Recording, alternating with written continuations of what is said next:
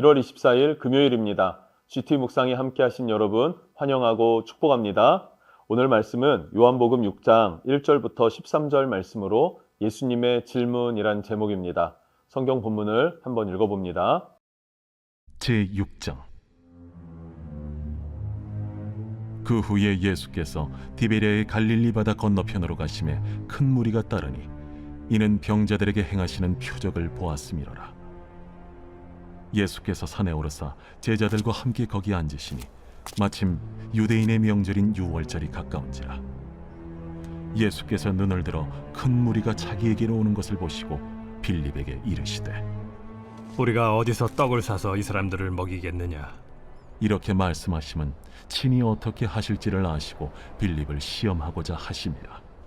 각 사람으로 조금씩 받게 할지라도 200데나리온의 떡이 부족하리이다. 제자 중 하나 곧 시몬 베드로의 형제 안드레가 예수께 여짜오되 여기 한 아이가 있어 보리떡 5개와 물고기 2마리를 가지고 있나이다. 그러나 그것이 이 많은 사람에게 얼마나 되겠사옵나이까? 이 사람들로 앉게 하라. 하시니 그곳에 잔디가 많은지라 사람들이 앉으니 수가 5,000명쯤 되더라. 예수께서 떡을 가져 축사하신 후에 앉아있는 자들에게 나눠주시고 물고기도 그렇게 그들의 원대로 주시니라. 그들이 배부른 후에 예수께서 제자들에게 이르시되 남은 조각을 거두고 버리는 것이 없게 하라. 이에 거두니 보리떡 5개로 먹고 남은 조각이 12바구니에 찼더라. 오늘 말씀은 우리가 잘 알고 있는 오병이어의 기적입니다. 오병이어의 기적은 예수님께서 행하신 4번째 표적으로 요한복음에 기록되어져 있죠. 첫 번째 표적이 무엇이었습니까? 가나 혼인잔치에서 물을 포도주로 바꾼 사건이에요. 물이 포도주로 변했듯이 예수님이 어떤 분이신가 이 표적을 통해서 말씀하시는 것은 예수님은 우리에게 향기와 기쁨과 즐거움을 주시는 분이시다라는 것이죠. 인생을 살아갈 때 참 기쁨과 참 즐거움은 예수 안에서 누린다라는 것이죠. 두 번째 표적은 무엇이었습니까? 왕의 신하의 아들, 왕이 있었고요. 그의 신하의 아들이 죽을 병에 걸려서 병이 심각해졌던 그때에 예수님께서 그 신하의 아들을 살려주시죠. 예수님 어떤 분이십니까? 우리를 고치시는 분, 우리를 살리시는 분이라는 거예요. 세 번째 표적이 무엇입니까? 베데스다 연못에 38년 된 병자입니다. 38년 동안 이곳에서 병들어서 머물러 있었던 사람, 이 사람은 육체의 질병뿐만 아니라 마음의 거절감과 마음의 상처, 누구도 나를 도와주지 않는다라고 하는 그런 좌절과 낙심으로 마음의 상처를 갖고 있었던 사람이기도 합니다.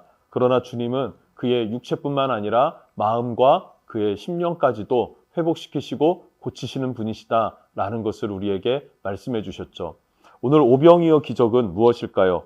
무엇을 나타내기 위한 예수님의 표적이었겠습니까? 그것은 광야 한가운데에서도 먹이시는 분, 채워주시는 분, 우리의 부족함을 충만하게 해주시는 분, 넘치게 채워주시는 분, 그분이 예수님이시다라는 사실이에요.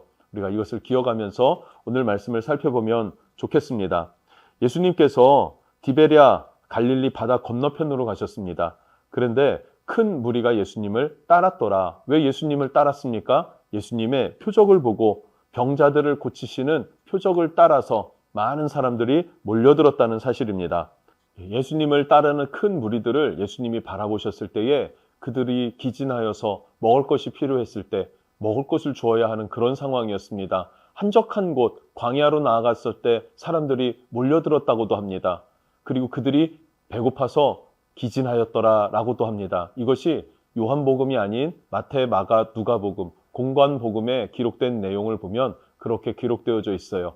그러니까 예수님이 이들에게 먹을 것을 주어야 하고 먹을 것을 줘야 하기 때문에 빌립에게 이렇게 말씀하십니다. 5절을 보면 예수께서 눈을 들어 큰 무리가 자기에게로 오시는 것을 보시고 빌립에게 이르시되 우리가 어디서 떡을 사서 이 사람들을 먹이겠느냐라고 하면서 질문하십니다.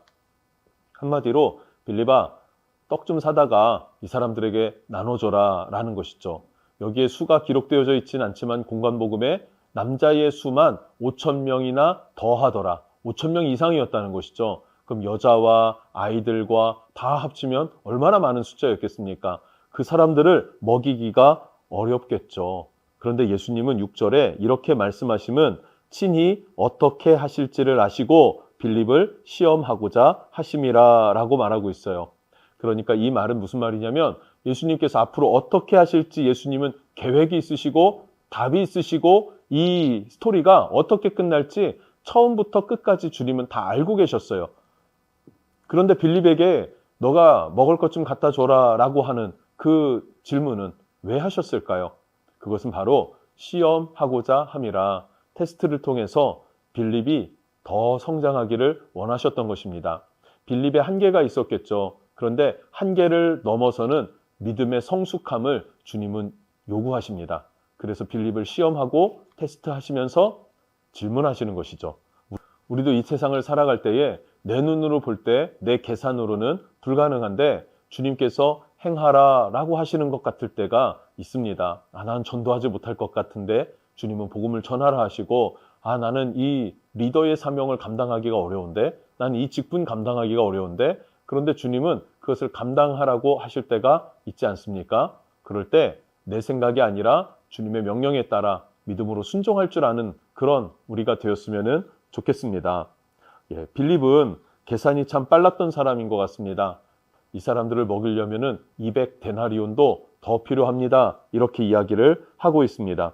200데나리온, 1데나리온이 한 사람의 품삯입니다. 하루 품삯이에요. 그럼 200데나리온이 필요하다는 것은 한 사람이 200일 동안 일하는 200일의 품삯이죠.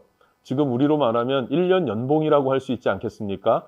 공휴일 있고 저희는 5일 근무를 하고 있고 또 이런저런 휴가와 등등이 있으니까 대략 계산을 해본다면 일반적인 중산층 한 달 연봉 이 정도가 필요한데 이거 어디서 이 돈이 생깁니까? 그리고 이 빈들에서 어떻게 떡을 사러 갈 수 있겠습니까? 한 번에 사올 수 있는 그런 분량이 아닙니다. 계산적으로 안 된다라고 말하는 거예요. 7절입니다. 빌립이 대답하되 각 사람으로 조금씩 받게 할지라도 200데나리온의 떡이 부족하리이다. 근데 빌립의 강점은 무엇입니까? 굉장히 머리가 빠릅니다. 비상한 머리를 갖고 있고 계산이 정확한 사람이구나 라는 것을 알 수 있죠. 계획형 인간이구나 라는 것을 알 수 있어요. 그런데 8절을 보니까요. 제자 중 하나 곧 시몬 베드로의 형제 안드레가 예수께 여짜오되 여기 한 아이가 있어 보리떡 5개와 물고기 2마리를 가지고 있나이다. 그러나 그것이 이 많은 사람에게 얼마나 되겠삼나이까. 아멘. 빌립은 계산하고 있을 때에 예수님의 말씀에 그냥 즉각적으로 순종했었던 뭐랄까요?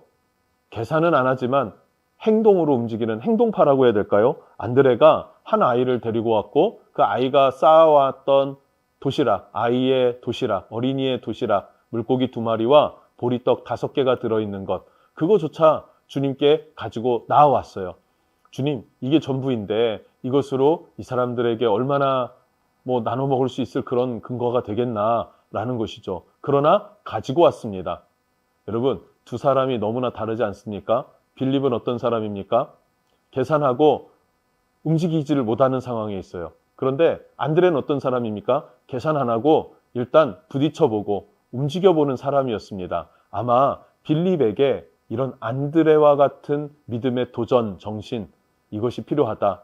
너의 계산이 아니라 하나님께 맡겨드릴 줄 아는 믿음이 너에게 필요하다라는 것을 가르쳐 주시고 믿음을 성장시키시려고 하시는 그런 하나님의 계획 아래에서 하나님의 멘토링을 빌립이 받고 있구나라는 것을 우리는 알 수 있죠. 결과는 어떻게 됩니까? 예수님께서 안드레가 갖고 왔던 아이의 도시락을 축사하십니다. 축복하십니다. 그랬더니 거기 있던 모든 사람들이 먹고 남은 것을 거두었는데 그것이 12광줄이나 되었다라고 말하고 있습니다. 여러분, 주님이 축사하시면요, 축복하시면요, 오병이어의 기적이 일어납니다. 그런데 주님이 축복하실 수 있는 근거는 필요하지 않겠습니까? 그것이 무엇입니까? 우리의 믿음의 행동입니다. 작은 것일지라도 믿고 첫 발을 디디는 것, 그것을 통해서 우리 주님께서는 축복하시고 축사하시고 오병이어의 기적을 일으키시는 분이시다. 그래서 광야에서도 어떻습니까? 그 수많은 사람들을 먹이고도 남을 만큼의 기적을 베푸시는 주님이셨다라는 거죠. 네 번째 표적, 오병이어. 어떤 의미입니까? 표적이라는 말은 기적의 의미를 말해요. 기적의 의미, 오병이어의 의미가 무엇입니까? 예수님이 우리의 삶을 채우시는 분이시다. 어떤 상황과 환경에서도 주님께로 나아가면 주님은 우리를 축복하시고 우리의 삶에 풍성하게 하시는 그런 하나님이시다라는 사실 우리가 기억할 수 있기를 바랍니다. 기도하겠습니다. 하나님, 우리가 때로는 내 성향에 따라서 내 순종의 한계를 단정지을 때가 있습니다. 그러나 주님께서는 우리의 한계를 따라 살지 않고 주님을 믿음으로 말미암아 살아가고 승리하기를 원하심을 믿습니다. 우리가 빌립과 같은 믿음일지라도 안드레와 같은 믿음의 행동을 할 줄 아는 그런 우리가 될 수 있게 해주시고, 안드레와 같이 행동하는 사람이라면 생각할 수 있고 더 깊이 고민해 볼 수 있는 그런 마음 또한 있을 수 있도록 우리를 만져주시고 붙들어 주십시오. 정말 중요한 것은 내 생각으로 단정짓는 게 아니라 주님께 문제를 가지고 나아가는 것입니다. 그럼 주님께서 우리의 삶의 문제를 만지시고 해결해 주실 것을 믿습니다. 믿음으로 승리하는 우리가 되도록 축복해 주시옵소서. 주님이 우리를 축복해 주시면 우리의 삶에도 오병이어의 기적이 일어나게 될 줄로 믿습니다. 예수님 이름으로 기도드립니다. 아멘.